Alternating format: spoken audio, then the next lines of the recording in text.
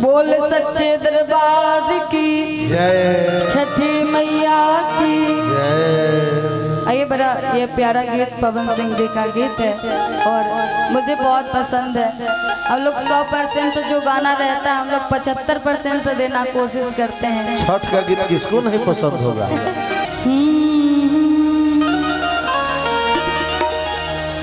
कि उगी है सूरज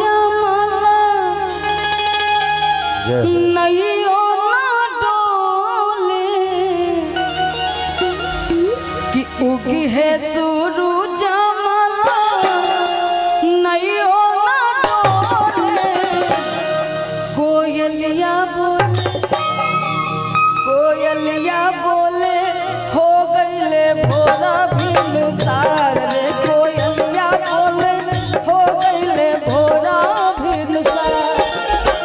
उगे है सूरज मल नैयो ना डोले,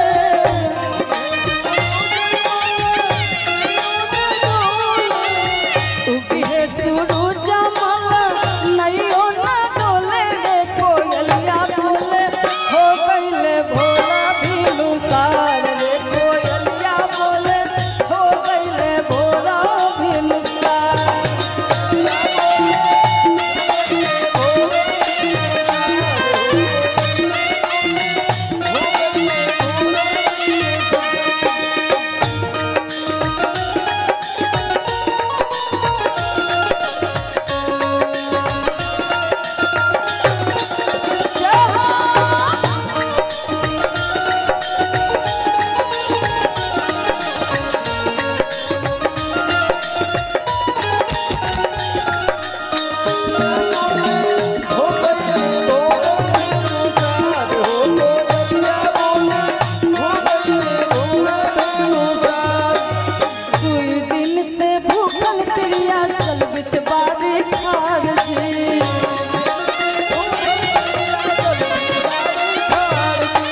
हाथ में कल सुप लेके कल पे करे लाइन।